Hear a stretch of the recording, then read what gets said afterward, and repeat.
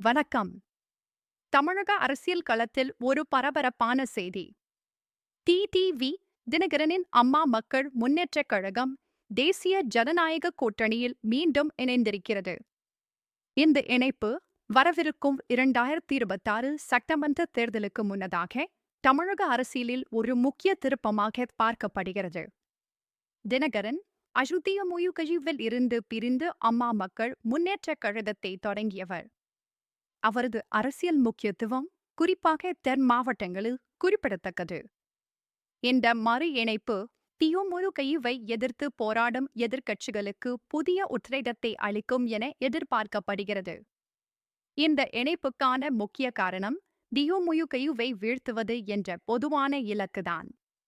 அதிமுக பொதுச் செயலாளர் எடப்பாடி கே. பழனிசாமி தினகரனை மீண்டும் கூட்டணியில் வரவேற்றுள்ளார். இது கூட்டணியின் பலத்தை அதிகரிக்கும் என்றும், குறிப்பாக தென் தமிழகத்தில் தேர்தல் களத்தில் ஒரு புதிய உத்வேகத்தை உருவாக்கும் என்றும் அரசியல் நோக்கர்கள் கருதுகின்றனர். முன்னதாக 2024 மக்களவைத் தேர்தலிலும் தினகரன் NUTA கூட்டணியில் இருந்தார். பின்னர் 2025 செப்டம்பரில் கூட்டணியில் இருந்து விலகுவதாக அறிவித்திருந்தார். தற்போது மீண்டும் NUTAவில் இணைந்திருப்பது திமுகவுக்கு எதிரான ஒரு வலுவான அணியை உருவாக்கும் முயற்சியாக பார்க்கப்படுகிறது.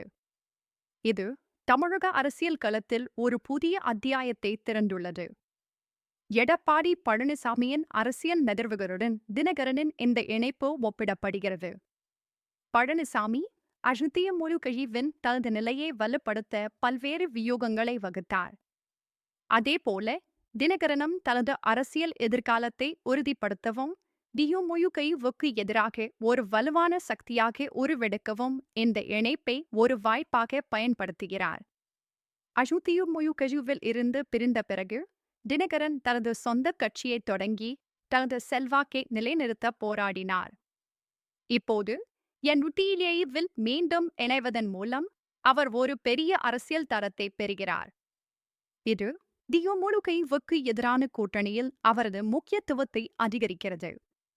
பழனிசாமி தினகரனை மீண்டும் கூட்டணியில் சேர்த்தது கடந்த கால வேறுபாடுகளை மறந்து பொதுவான இலக்கை நோக்கி செயல்படும் ஒரு சமரசமாக பார்க்கப்படுகிறது.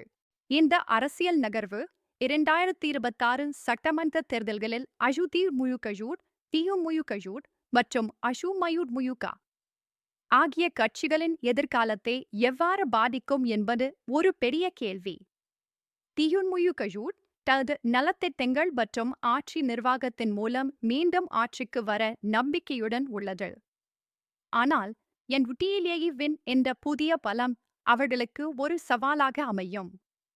அதிமுகவும் NUTAவும் திமுகவின் மக்கள் நலத்திட்டங்களுக்கு இணையாக புதிய வாக்குறுதிகளை அளித்து வருகின்றன. இது தமிழக அரசியலில் ஒரு போட்டி பாப்புலிஸ்ட் சூழலை உருவாக்கியுள்ளது. பாஜகவும் NUTA கூட்டணியை வலுப்படுத்தி திமுகவை வீழ்த்த தீவிரமாக செயல்பட்டு வருகிறது. இந்த அரசியல் மாற்றங்கள் தமிழகத்தின் தேர்தல் களத்தை மேலும் சுவாரஸ்யமாக்கியுள்ளன. இந்த அரசியல் நகர்வுகள் குறித்து உங்கள் கருத்துகள் என்ன? தமிழக அரசியல் எதிர்காலம் குறித்த உங்கள் கணிப்புகளை எங்களுடன் பகிர்ந்து கொள்ளுங்கள். நன்றி.